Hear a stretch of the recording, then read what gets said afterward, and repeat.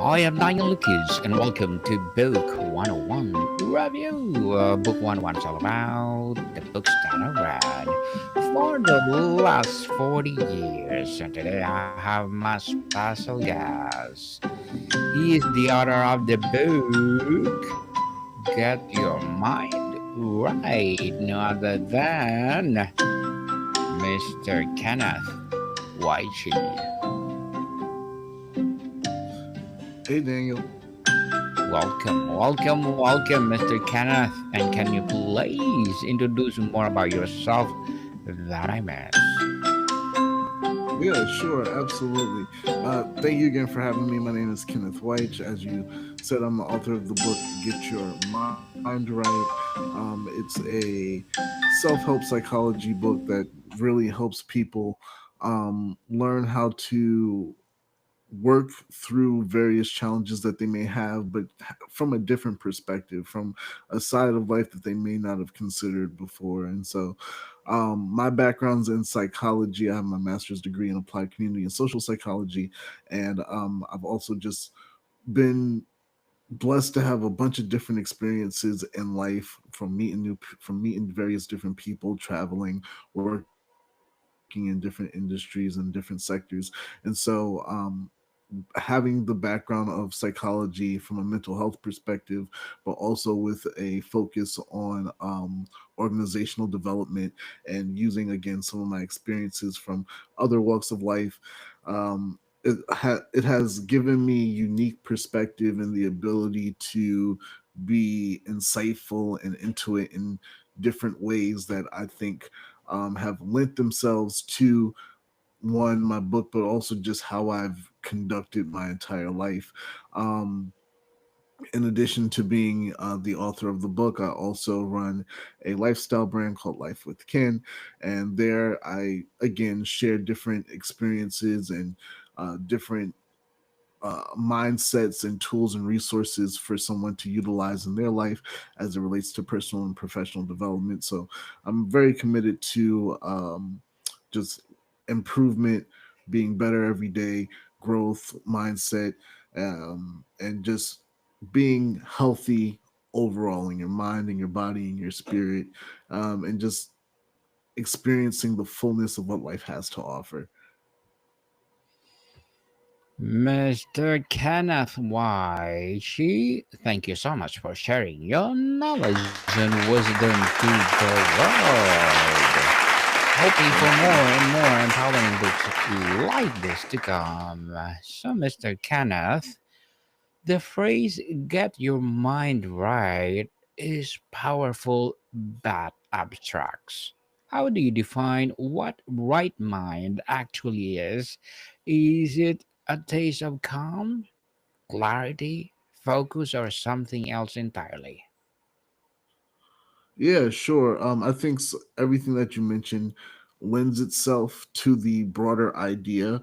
But I think that one of the best ways to break it down is there is an objective life. Like there are things that exist within the context of reality that are pretty common to everyone. I drive often. We were talking before we started about um, where I live, and I live in Texas. And so in Texas, you drive a lot. I drive often. But I mean, wherever you are, specifically as it relates to the United States, you have to drive a lot. But in general, using that as an example, most drivers can understand the difference between a red light, a green light, and a yellow light. That's a small example, but what I'm using that to point out is that there is an objective reality, a certain sense of common experience that people all have. And what can sometimes happen is that how you relate to what is a common experience can vary or become distorted or corrupted, or yeah, just end up and you so how something is and how you see it can be different. And get your mind right is about understanding, or how I utilize the concept is through taking your perception, identifying how you understand the world around you, and then unpacking how and why you understand the world around you the way that you do.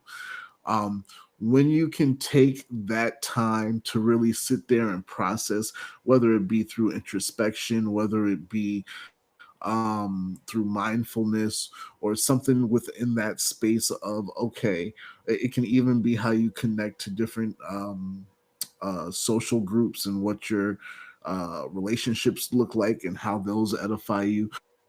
But however you can rationalize your approach to what objective reality is and understand, okay, am I in a healthy place? Am I in a not so healthy place?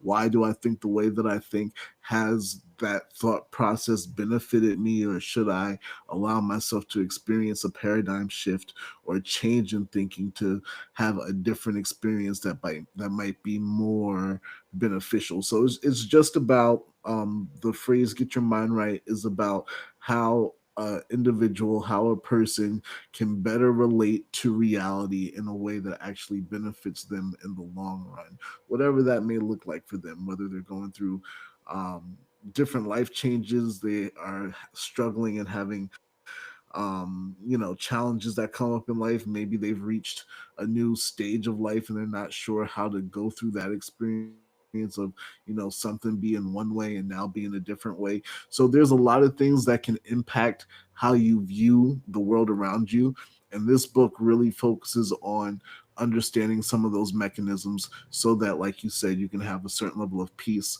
a certain level of clarity, and a certain level of satisfaction as you go through the world and try to understand your various experiences. Mr. Kenneth, what was the catalyst moment or personal experience in your own life that made you realize the paramount importance of mastering one's own mindset? Sure. Well, so this has been a pretty much like a lifelong process for me. Um, I have my both my bachelor's and my master's degree in psychology. So my educational background and my just approach to life comes from that school of thought. Um, but specifically, I'm connected to the idea of get your mind right, um, because I was in that experience of not thinking clearly or not really understanding that there are other ways of living, if you will. Like my world was my world, and it was kind of like bubbled off or closed off, and it wasn't until I got to experience, things like, again, from traveling and meeting other people, that my horizons opened and I was able to have a vision. And because I had that experience of getting to meet other people and getting and be exposed to different things, that helped me break out of some of the things in my life and mindsets and ways, behaviors that I did, things that just didn't make sense. It was like, okay, why would I do X, Y, and Z? Turns out I did those things because I didn't necessarily know better. I didn't know that there was another way of doing things. I didn't know that there were other opportunities and other approaches to different walks and experiences in life. And it was from that experience that I was able to take that dissonance of how things were and how I'd like them to be, figure out how to incorporate that dissonance, and from there use those strategies and apply those in various other aspects of one's life. How does your approach to mental mastery differ for simply practicing positive thinking or reciting a daily affirmations? Yeah, so that's a good question. I think it's a multifaceted approach. I think you need different things in different seasons, or to address different issues in one's life and whatever that looks like. Um, Maybe if you need to go see a talk therapist and have that experience, by all means go and do that. Um, I've definitely practiced affirmations on a regular basis. Sometimes taking control of your life and getting into the driver's seat of your life, which is kind of the next step within the get your mind right process. Sometimes that can require drastic um, drastic behaviors or doing things that may not make sense to everyone around you, not because you're crazy or you're just trying to, do something for shock value, but because you're doing things that you may not have done before. Maybe you're putting yourself out on the line. Maybe everyone has told you or said, hey, you shouldn't do that. That's weird. But you feel compelled to do that, or that if you do it, it would make some sense for you. Make Either make some sense for you or make something make sense for you. And so my approach when it comes to mental health and mental wellness from the perspective of your question um, really looks like, well, what is being able to identify. So for me, I would probably say introspection is one of the biggest things. Just being able to reflect on some of your thought processes. Applying mindfulness is also important as well, and that's yeah, being considerate of yourself in certain circumstances, being considerate of how you deploy your mental capacity, being um, open to learning more and open to experience more, but also being understanding of like what gets you going and what are the things that impact you on a regular basis, whether it be for good or for bad. So the higher level philosophy is a certain level of it being in tuned with oneself, and that comes with a requirement of honesty, because you're going to have difficult questions or look at yourself in the mirror in a certain way to unpack things that you may not have thought you'd have to think about critically. And so a lot of that is what goes into the philosophy of mental health and having a healthy approach. It's not a one size fits all, but it's a understanding that there are different things you can do within various certain circumstances. Mr. Kenneth, why do so many high achieving, intelligent people still struggle with getting their mind right? And what is the fundamental obstacle they need to overcome? Yeah, sure. I think that sometimes what can happen, and I'm going to be narrow with this answer just based on the question, but I think sometimes what can happen is we achieve or we seek to achieve things before we take a step back and understand why we're trying to do what we're trying to do. Everyone has a different walk in life, and sometimes you just might end up being thrown into a situation, or you know I think there is a misplacement of desire. There is a misplacement of goals and aspirations, or not even goals of aspirations, but of ambitions, a desire and ambition.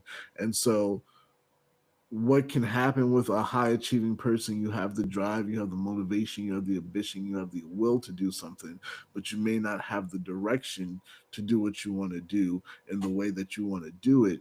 And so what that can end up looking like for someone is you have the status, you have the resources, you're doing well in a certain position and in a certain place in life, and you probably don't want things to change all too much because they're working out for you in some regard. But even in that context, you can still feel unfulfilled. You can still feel like something isn't quite right. And one of the reasons why that might be is because you led with this un focused ambition and desire for so long, where you wanted a certain thing and you knew that you wanted what you wanted, but you didn't necessarily know how to get it. And now you're potentially in a place where you got what you want, but you didn't get it the way you wanted to get it. And now that may have led to some type of resentment. It could lead to some type of perpetual unfulfillment. There's something that you may feel is missing. And so I think that that's one of the core reasons that people may struggle, and high achievers may struggle with, having a right frame of mind or having their approach to life in the right place, because they just ended up in a circumstance or in a situation where they haven't really had the time to reflect. And then once they stop and that time to reflect materializes, then that's when they may say, oh, how did I, now that I've had a chance to catch my breath, all right, let me look around and take inventory, and maybe I like what I have, maybe I don't like what I have, but um regardless, they just never had the moment to really reflect. And then the result of that reflecting might be a wanting to change direction or the remorse of not having that type of flexibility. Mr. Kenneth, as an author, what are your short term and long term goals? Sure. Well, so right now as an author, um I really it's such an interesting experience for me because um when I was putting this book together, it wasn't so much I was putting it together because it's like, oh, I want to be an author and I'm trying to write a book for that purpose. It was more so as I was curating content and I was putting things to putting things together, just my thoughts together. A story came about, or a narrative came about, and one of the things I definitely want to do as an ambitious professional myself is to solidify and submit my expertise. And so promoting and publishing this book has been one of the ways for me to do that. Moving forward, I definitely have some more psychology inclined books coming, and some more focus on mental health and personal and professional development. And so that's what I really want to continue to put my creative efforts and energy behind. Really producing content that is inclined and purpose to help people and allow them to live the life that they actually want to live and be happy and do something meaningful with themselves. Good luck to your goals, Mr. Kenneth. I'm looking forward for more success. And what will be your piece of advice for those people out there want to be an author like you? Um, all right. So if you want to be an author like me, I would say the first thing to do is just get your ideas on the page. Whatever you are meditating on or whatever idea you have, just write it down. It and there's a bunch of ways you can do that. It doesn't have to look like, okay, I'm gonna start at chapter one and just crank everything out. You can just outline the book. Like for my book, for example, with this book, Get Your Mind Right, I just started with chapter outlines. I didn't have chapters put together already. I didn't have ideas written down or paragraphs prepared. It was more so, here's a general idea, and then after the general idea came, that's when the book became to take shape and to take form, and when I was able to have the content that I wanted to include in it. So I would say just write down whatever ideas and thoughts you have, be open to receiving. Another good thing is to, again, utilize your experiences, and you can gain so much inspiration from real life, and just being out in the world and being open to new things coming to you and being receptive however those new things come. Don't You can't say you want a new experience but then not be grateful for the way or the form or the shape that that experience takes. So yeah, just be a receptacle or a receiver rather for new ideas, and be bold enough and willing enough to write those ideas down. And then from there, as time continues, and as you get more experience doing that, you can allow your ideas to take more form and take more shape. And then after those ideas take shape, you can continue to go through the process, whatever that looks like for you, if you're serious ultimately in pursuing authorship or something of that sort. And last thing I'll say with in related to that point also is be willing to go through whatever that process looks like.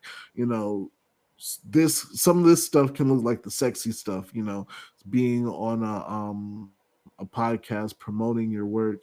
Even the writing may sound a little sexy, but there's stuff that happens in between that as well, that you would have to have the fortitude to stick out if you want to see your project come to full fruition. So keep that in mind. Keep the whole journey in mind as well.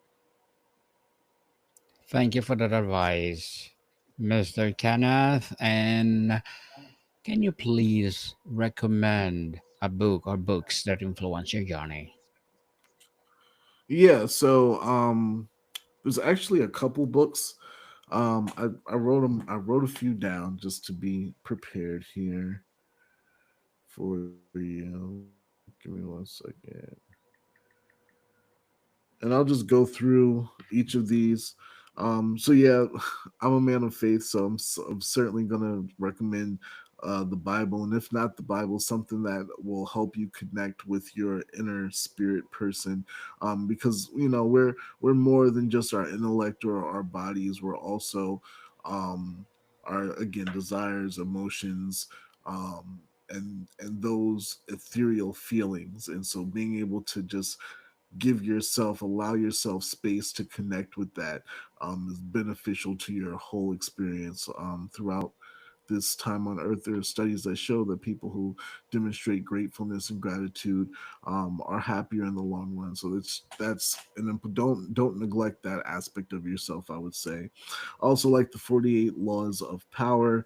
Um, I think that book is really good with respect to um, having a certain skill set to apply in certain situations that could be of benefit. It's a good. It's a lot of narrative. It's a good read, but also I think those skill sets you can apply in a very healthy way. I like also additionally the compound effect.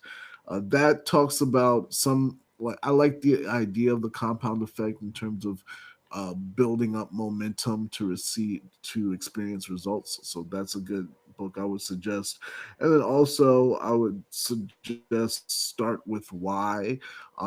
That's another good book that will help you if you're looking for direction, if you're looking for guidance, if you're really trying to, set your life on a certain path.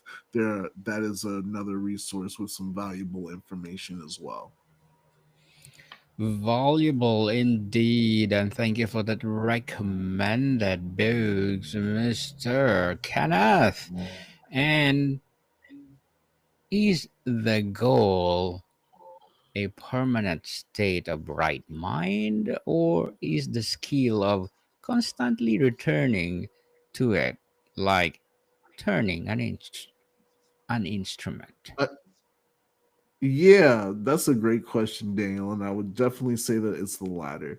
The point of Get Your Mind Right is to be able to have an idea, the tools, and the resources to, like you said, tune yourself or be able to identify and maintain a state of homeostasis as best as possible for yourself.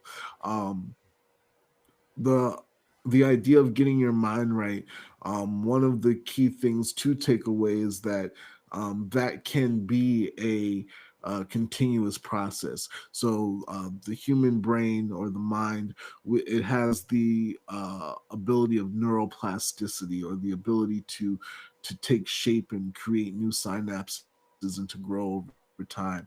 And so in that experience, if you're in tuned with that, um, what will happen is your understanding about life may change, your experience with different aspects of the world may change, and it's to make sure that you are able to continue to keep up with different things that are going on in the world. You may want to, quote unquote, get your mind right on multiple occasions, or again, be able to reflect on things and have um, uh, the ability to reach for different skill sets in a way that will keep you fresh, keep you alert, keep you sane, and help you navigate this world to the best of your ability. So, yeah, it's an ongoing process. But I think this book, and there are other resources, but this book in particular does a good job at helping people realize and connect with what resources and what it takes to have that experience, but also to show them why they may be having a disassociating experience in the first place. Mr. Kenneth, before we wrap up our discussion for today, I'm inviting you to please do listen to my other podcast, people, my other podcast, because my abstract essay is already in fifth season, abstract poetry in second season, and my book 101 review in fifth season too, comedy 101 in second season, and my food 101 in fifth season as well, geography 101 in first season, and my baby podcast law 101 and mental health 101, love letters in third season, and movie 101 review, music 101 in fourth season, and science 101 and sex 101 in its first season. Please listen to them wherever you listen your podcast. So, Mr. Kenneth, ultimately, if a reader could only take one life-changing lesson from Get Your Mind Right, what would you want the lesson to be? There are a lot in there. That's a good question. If I had to point to one, I would say um, to listen to your inner voice, listen to what you're telling you, even if you're not speaking it. What is your intuition saying to you? What is your gut saying to you? What is your thoughts saying to you about an experience that you're having? I think sometimes, and this has been my experience, sometimes what can happen is you get inundated with everything else going on in the world. You're always on your phone, you're too busy to get some time to yourself. You have influence from here, influence from there. Like sometimes you can just have a whole lot of noise and things going on that you have a hard time taking some time to spend some time with yourself and just to have a heart to heart with yourself, or just to get on the same page with yourself, if that makes sense.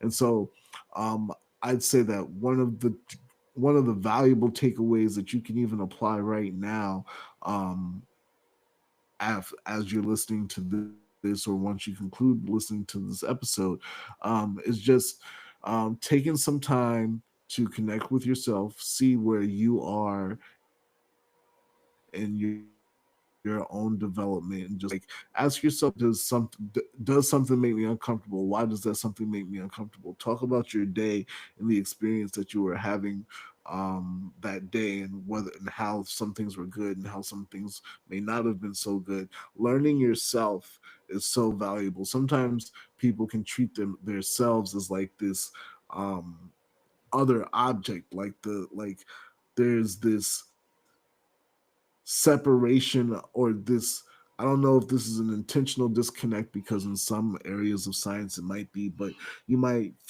feel as though your mind and your body is disconnected, and to a certain degree, sure, it can feel like that sometimes, but also know that your body doesn't do anything without your mind telling it to do what it's doing, through the communication of neurotransmitters um and your different aspects of your body and your physiology and how that works. Um, so your nervous system and your muscles, that sort of thing. So having a way to just have a mind body connection from the perspective of just like learning yourself can be very valuable, and I think that that's one certain lesson that you can take away from the book and that I just shared with you right now, to learn yourself and give yourself some grace and support your lived experience, support your side of the story. There's everyone can have their own take of what they think something is or what something isn't, but one of the good things that you can do for yourself is support your side of the story. Be willing to admit when you're wrong, or when you may need to change some aspect of how you're thinking about something, but don't be so quick to cave as well, as it relates to what you may believe, or what position you may be supporting in any given situation. Mr. Kenneth Wyche, thank you so much for sharing your knowledge and wisdom to the world. So can you please invite our listeners to support all your books. Well, yeah, Daniel, thank you so much. Again, my book is called Get Your Mind Right. You can get it wherever you buy your books, whether it's on Amazon or Barnes and Nobles or anywhere else you get your books. Also, visit lifewithkin.com. That's where you can find more of my writings and philosophy about how you can live more confidently and create a life that you really want to live. I'm also on X as well, or Twitter, so you can find me and follow me there at underscore kintastic underscore. And yeah, I look forward to connecting with you all. You can also subscribe to my newsletter, and we can get in contact that way as well. Yes, people, let's support Mr. Kenneth Wyche because if you support him, for sure, more and more empowering books like this to come. So, Mr. Kenneth, thank you so much for your time. Thank you, Daniel. I appreciate you. More to come, people. See you soon.